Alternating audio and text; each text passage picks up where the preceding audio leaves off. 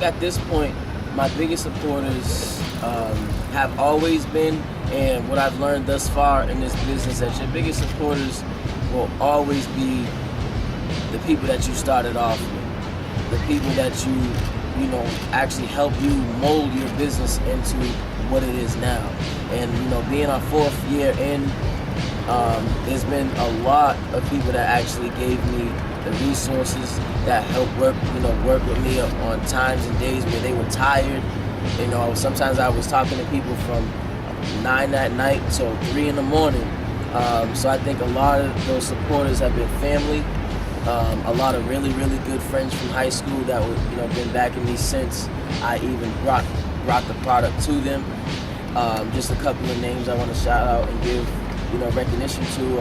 Alvin Cooper, who was my vice principal, who really played an active role as a father figure for me throughout the 4 years of college, and he really helped mold me into a man and to just really understand the business aspect of how, you know, this business etiquette, how you know, or what type of genre you're trying to give off to. Where else? Mark Janane, who worked at the Boston Foundation, he gave me a lot of insight on, you know, put my business plan together, making sure that my business plan fit in the same category as the 5-year plan, where I'm starting and where I want to end up. Also, you know, first and foremost is just God and, you know, himself. He actually, every day is a blessing for me. I mean, even my last show, for me just waking up in the morning and actually giving me the type of mentality I have to deal with the certain people I deal with, even though I don't want to at times. I definitely give all the praise to him. Second is my aunt, who basically was my mom, you know, throughout my young years and the young stages of life. You know, just teaching me how I should, you know, bring a lot of things to women, especially in this business where I deal with women all the time. She gave me a lot of, you know, just a lot of aspiration. I guess that's really what you want to call it. And basically just the small, I guess it's the small people. You know what I mean? Like, not the people that are giving me money, or how we like to say it, not the, you know, the vendors, or not just, you know, the certain people that say, okay, you know what, I'll give you the slide through this time and then we'll work with you next time. I appreciate those people as well, but the biggest supporters have always been the people that would just come out and give, and like, hey, I'm here to support you no matter what you do through your downfall. I know we went through a 2-year spurt where we were just all over the place. We didn't really know what we wanted to get into, how we wanted to do it, and those people stuck, you know, with us from that point up until where we are right now. I think that Blixboy's most important component that we've used thus far has just been, it's actually been really artsy.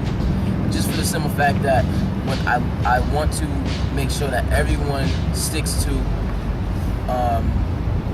really just how I actually started and why I actually started. So why I started was because of the fact that, yeah, I was young and I didn't want to, you know, pay as much for the clothing that were already in stores and the product that people seen.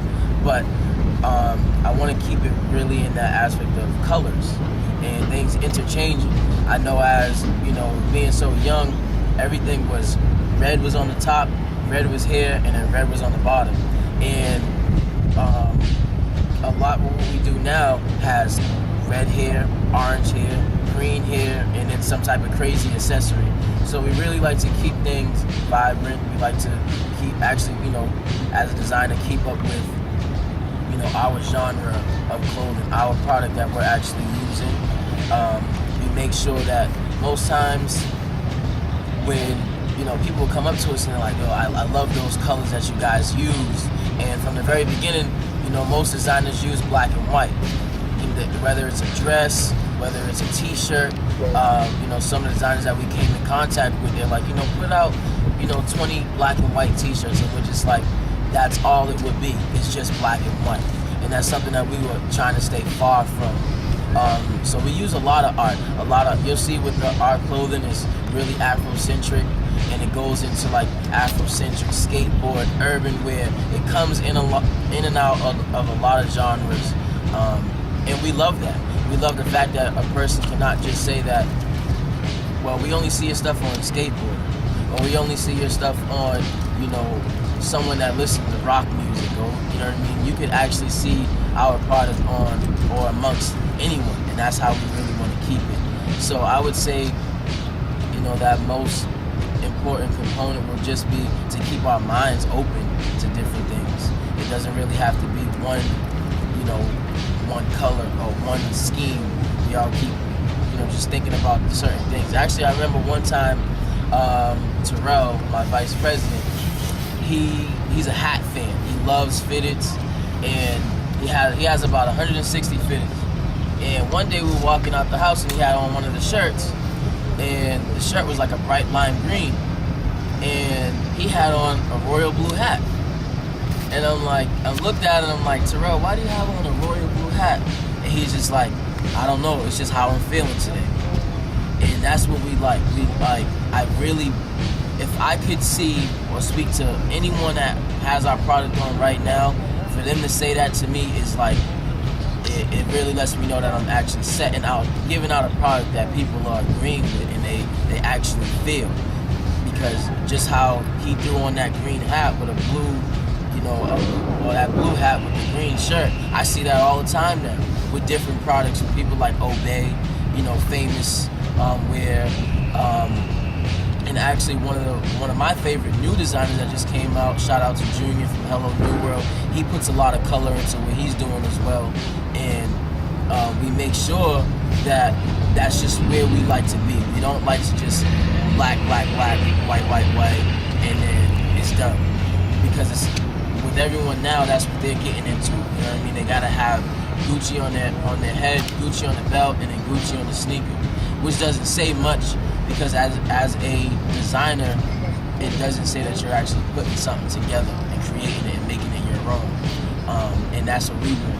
We want someone to say, hey, he has on a Blixboy shirt, and he has a cardigan on with it too, and that's fine with us. You know what I mean? Because it expresses what you're doing. If you are on the Afrocentric side, you'll wear any color that you want and put it together with beaded jewelry, with rosary beads, anything that you want. And so that really speaks for itself in that area as well. From the fashion shows I've done thus far, I learned a lot. I definitely learned a lot on that business aspect, but I learned a lot just being, just being so young and trying to get the gist of how this all works.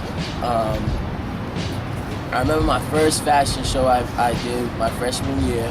This was right before the entrepreneurship class even launched during my first semester of college. I did a fashion show for Coogee, and we was in Jersey.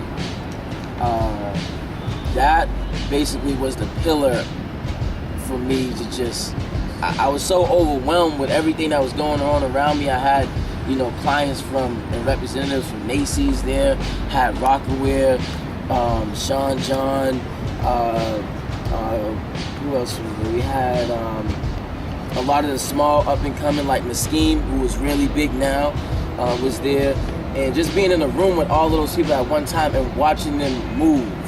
If you don't really understand what I'm saying by that, is just basically watching them interact with each other, watching the way, they handle people that are coming up and approaching them about, having questions about how did you start, why did you start, when can I actually see a product from you that is just for this certain type of community or this certain age group.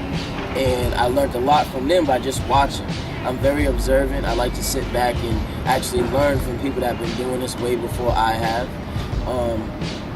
And learned a lot from that show. I took a lot of that. I wrote it down.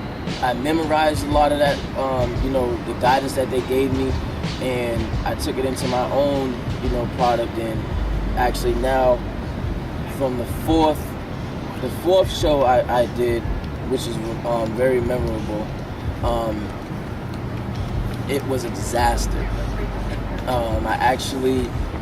That fourth show gave me what I needed to realize if this is what I really wanted to do, there's certain things I'm going to need, to actually take care of before I step into that world of coordinating fashion shows or even featuring into a fashion show.